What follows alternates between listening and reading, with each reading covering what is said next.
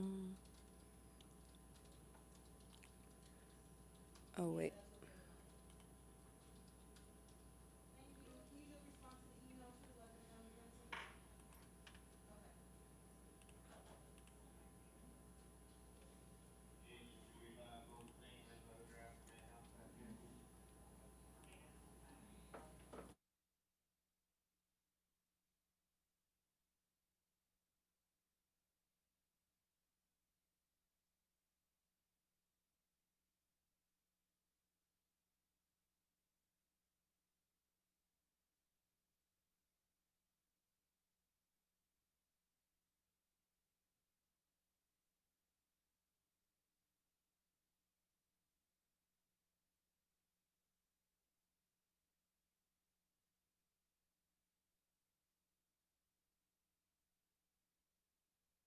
Good evening, everyone. Hope you guys are all doing well. Take a look outside. Our city loves to sparkle at this time of night. Hopefully, I'm not too loud, and want to welcome you in here to the First Alert Desk. We always love to bring you these updates during our evening newscast when we're getting prepared for that, and we like to just kind of make it informal, of course, and just bring you up to speed on some of the things that we're working on. So let's jump right into it. After our editorial meeting, we heard about an incident that happened on the roadway, and it seemed to involve multiple people, and now we know that it's a road rage incident that has turned deadly in Gwinnett County. So I want to take you out to the scene right now while I let you see some of what's happening out there. And so here's what we know. They say that one person is dead in this area of Gwinnett County in Lilburn, and another is recovering after a road rage incident. Our reporter, Asia Wilson, is out at the scene right now, and she told us that she's speaking with witnesses, and she got a really great interview from someone who was in the area at the time. So in our newscast at 10 o'clock, we're going to be able to hear from her, hear what people are telling her in the area, and hopefully some more information from investigators. We're also aware that she's trying to get the mugshot of the suspect who police say is in custody at this time. So that's the very latest, and this took place near the entrance, to be specific, near the entrance of Durham Ridge subdivision. And again, the good news is the suspect is in custody, but right now we still don't know the name of the victim. We do not know the name of the person that was injured, and we also do not have a picture as of right now in our newscast of the suspect that is in custody, according to police. So as you could see, heavy police presence out there along Dickens Road Northwest and Durham Ridge Drive. And you can see that this was very unsettling for the community in that area, and a lot of questions that hopefully we will get answered later on tonight. So let's move on. This is another top story that we have been telling you about for a couple of days and weeks. To be honest, we've been talking about the story for quite some time. It's garnered a lot of attention. A woman flying into Atlanta, and she has since left. She lives in the Dominican Republic, and she lost her dog at the Hartsfield-Jackson Atlanta International Airport. This is a picture of her. I'm going to let this play out while I give you the details. It's been a scary 3 weeks for her, for sure, because she got separated from her dog, and as you know, it's the world's busiest airport. But the good news tonight is her dog has been found, and they said that Maya survived amongst the hustle and bustle of the airport. They were happy to report that, and now we're trying to find out what's next for her journey back home to her owner. So hard to believe that 3 weeks went by and finally a sighting of the dog. So that's really what's going on out there as far as it relates to the happy ending for this owner who has been looking for her dog. And so we're going to hear some more details on that. We have our Atlanta News First reporter, Asia, or not Asia, but we have Yasmina Alston on that story for tonight. And she was able to get some pretty good interviews on that. So there was a woman in the community that has been doing everything that she can to look for the dog, who is not the owner, but it's someone here locally. So she agreed to talk to us. So Yasmin is going to have that interview later for us tonight in our 10 o'clock newscast. So stick around for that. And hopefully maybe later on this week we will hear from the owner again. But now I'm going to turn things over to the sky. Since we're talking about flights, I figure this is a good time to bring in First Alert meteorologist Cutter Martin, who has been tracking the latest that we are going to see. It's been a beautiful last couple of days. Couldn't have asked for a better day yesterday, and today, again, it was beautiful outside. But I know that you were mentioning we are still tracking a few spotty showers in the area, in some areas at least, right? Yeah, fewer than what we had yesterday. So a drier day today. You probably noticed that less in the way of thunder, fewer folks getting rained on today compared to yesterday. So that's good news, right?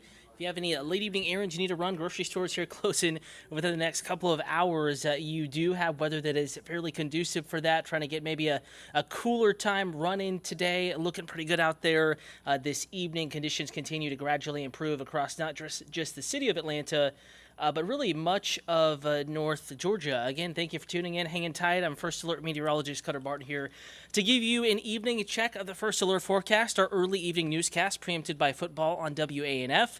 A reminder, we're streaming across many platforms this evening, atlantanewsfirst.com, First Alert weather app, Atlanta News First app, here to keep you updated. And if you have any weather questions, comments and concerns, YouTube the place to be, the account to like and follow and to view these live streams at least twice a day.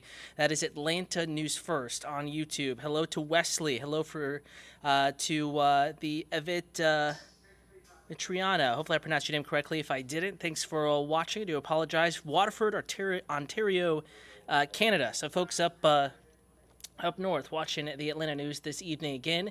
If you're local or even if you're not, if you need a question about the national forecast, just give me a holler. Again, my name is Cutter. Thanks for tuning in and for watching. We'll go ahead and dive into the forecast this evening. And we'll start with radar because we still do have a few showers out there. It's not completely dry across North Georgia. Nonetheless, much drier than it was this time yesterday evening when storms really started to flare back up again. Now, this evening, two spots we're watching. Cleburne County across the state line, East Alabama, central time zone here. Anniston, Piedmont, and back towards Tallapoosa, Georgia. Showers are bubbling up and moving very slowly off to the south and to the southeast. So if we were to put a tracker on this, again, rain, the heavy stuff is pretty isolated here, but moving slowly to the south and east. At the earliest, it would be in Edwardsville by 7:30 Central Time, 7:36 in Fruithurst. Mescadine, 7:41, again, that's Central Time, and then back into Steedman, Georgia, 8:45 Eastern Time, and Bell Mills, that's in south central portions of Cleburne County, 7:48 Central. Storms not severe, but occasional thunder and lightning with these. The area of light rain is a little larger than the area of heavy rain. Again, just very spotty downpours kind of embedded within this cluster, and that's where the rain will be heavy, really just sprinkles to light to moderate rain away from those, couple of neighborhoods. And then the northeast side of town, Gwinnett County right now, seeing the majority of these spotty showers and storms. Lawrenceville, just southeast side of town, and then right along the North Fulton, South Forsyth, and northwest Gwinnett County lines between kind of Duluth and Johns Creek. We have another little shower, and then from Weiner up to Braselton and the Jefferson, Georgia community, a couple little downpours out here. Earlier, lightning has diminished a bit because storms are weakening. Nonetheless, Bethlehem, downpour moving off to the south and to the southeast. It'll be approaching I-20. Before that, US 78, if it holds together, perhaps even moving into Oconee and Clark counties over the next maybe 45 minutes to an hour.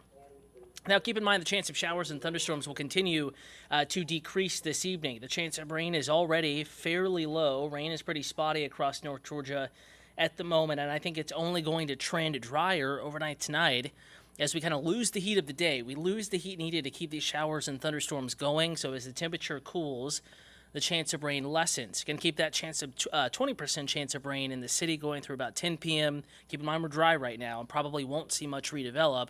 But the far west side, Alabama and Cleburne County, and then far northeast side, Gwinnett County, then up towards Tequila and Weiner, there are still a few showers and thunderstorms roaming the area, so do keep that in mind. If you have any evening errands you need to run, trying to get the last dog walk in this evening, a little bit of rain around, but overall pretty decent.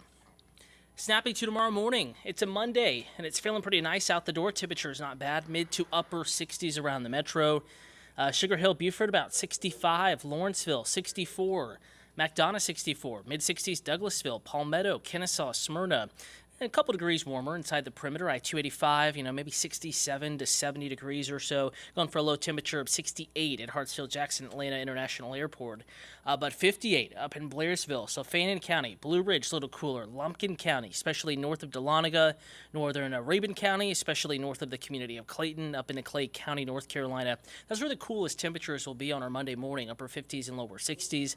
63 Carrollton, Covington, mid-60s, LaGrange and Griffin. So a nice start tomorrow, and we'll snap ahead to tomorrow afternoon before walking back hour by hour. High temperatures tomorrow, maybe a degree or so warmer than today. We were in the mid-80s today, maybe a couple degrees warmer in spots. Going for upper 80s on the west side of town, Marietta, 87, 86 Sandy Springs, 85 Alpharetta, so very similar to today. I think a little closer to 90 in the city of Atlanta, Decatur, so Gwinnett, DeKalb counties, mid to upper 80s. I think 90 really for just in the city, all of that pavement, our typical warmer spots. Also up in Rome, Floyd County, you all on the far northwest side tend to be some of our warmer, I should say, neighborhoods on a day like tomorrow. So Rome could be 90, Atlanta could be 90. I think most folks upper 80s, kind of the rule tomorrow, especially the east side of town where it's just a little bit cooler, especially up into North Gwinnett. Now for the hour-by-hour forecast. Out the door in the morning, mostly dry. No huge issues tomorrow morning, but there could be an isolated shower or two, especially at the east and northeast sides of town. By the time kiddos are going to the bus stop, 6 o'clock hour, you're getting up, trying to get out the door. Mostly dry, but an isolated shower or two can't be ruled out. Your rain chance only about 10 to 20%, but just open up the First Alert weather app. Watch Atlanta News First in the morning. First Alert meteorologist Ella Dorsey, Courtney Jacobazzi, Rodney Harris. We'll have you covered, let you know if there are any of these little spotty showers to deal with in the morning, but in general, a decent start to the day, some patchy fog possible. And then we're back to sunshine. By the time we get to the lunch hour, noon, low to mid 80s in Atlanta, mountains mid to upper 70s. And then as we get into the afternoon, I think even less rain than what we had today, but still a couple showers and weak thunderstorms bubbling up. So you kind of notice the trend at this point, right? Yesterday we had the most rain, today a little bit less, tomorrow even less. And then as we get into Tuesday, we're going to kind of cap it at about a 20% chance of rain. The work week not looking bad at all, maybe not completely dry, but certainly not a washout. And temperatures will trend warmer as we get into early in the work week as well. We peel back some of the clouds, some of the rain, and we're going to boost our temperatures just a bit. Pulling it up for you day by day. We're looking at high temperatures Monday and Tuesday, probably going down as the warmest days of the work week. 90 Monday afternoon, 91 Tuesday afternoon, and then a little front approaches midweek. Wednesday, upper 80s, and then mid-80s. Thursday, low to mid-80s. Friday, mid to upper 80s. Saturday, Sunday. This is with low humidity. And mornings will be fairly comfortable here. In fact, here's that full 7-day forecast. You'll notice that morning temperatures are forecast to kind of cool back into the low to mid-60s as we get into Friday and Saturday and possibly next Sunday morning. It's a little warmer, of course, here inside the city. That rain chance, not great the next few days, but a couple of showers around each day, Monday, Tuesday, Wednesday, and then lower humidity, drier weather, though. As we get into the back half of the coming weekend, we may need to bring that chance of isolated showers back into the forecast. Joe Mudok, or Mickod, hello to you. Happy day, happy evening to you. Samuel Romo, hello to you. Thanks for tuning in for watching Atlanta News First on YouTube. Again, if you have any weather questions, comments, concerns, we are live on YouTube. The Atlanta News First account is the one to like and to follow and the one to type your question on. But we're also live at AtlantaNewsFirst.com, the Atlanta News First app, and in the First Alert weather app. Tori Cooper gave the news headlines just a few moments ago. Now we are chatting weather. A new work week has almost arrived, and folks wondering what the weather's going to be like, of course. And right now, not bad outside. This is a live look from Atlantic Station, top of the Atlantic Building, looking back across the connector. That's Midtown in the foreground. Downtown, kind of far right. This image was kind of lit up with lightning this time last night when we were doing our stream, but on ANF Plus tonight, a little bit less in the way of rain. Drier overall across Metro Atlanta and North Georgia. I do want to bring it back to radar, though, for those that may be tuning in just a couple minutes behind. Cleburne County in Alabama, one spot that's seeing some rain. Another area that we're watching showers kind of continuously bubbling up in. That's going to be in Gwinnett County, over towards Clark and Oconee counties, and Southern Hall County. The only other spot really here in central and northern Cleburne County. Sandwiched in between the city of Atlanta, the immediate metro, we are are dry. We could see an isolated shower bubble up, but by and large, I think a mostly dry evening in the cards. So for Cleburne County, this is generally north of I-20, approaching the Georgia state line between Cedartown and Bremen. Shower building generally to the east. That little downpour near Heflin is weakening, but pushing more to the south and east. That'll hardly cross I-20 into southern Cleburne County if it holds together. Paulding County, Cobb County, Bartow, and Cherokee counties are dry. Next shower here, far eastern portions of Fulton County between Duluth and Johns Creek. Back over towards Suwanee, and for northern Gwinnett County, Lawrenceville kind of dry at the moment. Shower on the southeast side of town. And then getting just to the east, we're going to head over towards Secula and Weiner here. One little downpour, kind of a little cluster here, diving off to the south and to the east. This could, for folks watching on the far east side this evening, push into portions of Clark and Oconee counties. If it holds together, Oconee Heights 9:09, Athens 9:15 p.m. So in about 45 minutes, you could get a little shower, but overall not amounting to all that much. An hour-by-hour forecast, not too bad out there. Temperatures cooling back. We were in the mid-80s today, already back in the upper 70s most areas, some in the mid-70s. The city of Atlanta, low to mid-70s. By early in the morning, I think we're waking up to upper 60s. That rain chance will begin to leave the forecast as we get into the sunrise time tomorrow. Again, we talked about how we could wake up to an isolated shower or two. Mostly dry, though. Your rain chance only about 10 to 20%, and mainly east of the city of Atlanta tomorrow morning. And that's about all we're tracking this evening. As mentioned, forecast this week, pretty tranquil. You may have gotten that video update in the First Alert weather app. And also at AtlantaNewsFirst.com, not too much going on in the weather world as far as impact locally this week. We're just watching clusters of showers here in Cleburne County and Alabama. Also portions of Hall, perhaps getting into Newton if it makes it that far south. Portions of Gwinnett County, Clark Oconee counties. Moving out of Banks County. But right now, city of Atlanta, in between those two spots, we are dry, not tracking much in the way of shower and thunderstorm activity. So a fairly decent evening ahead of us. But a reminder, we're going to have your full tropical update. We have Margot to talk about, we have Lee to talk about, and we have another couple tropical waves behind those two to talk about. Full tropical update coming up. Atlanta News First on Peachtree TV, Atlanta CW affiliate, and then back on WNF, CBS this evening. Atlanta News First. We're going to be on a little bit late tonight probably, but still your full forecast coming your way.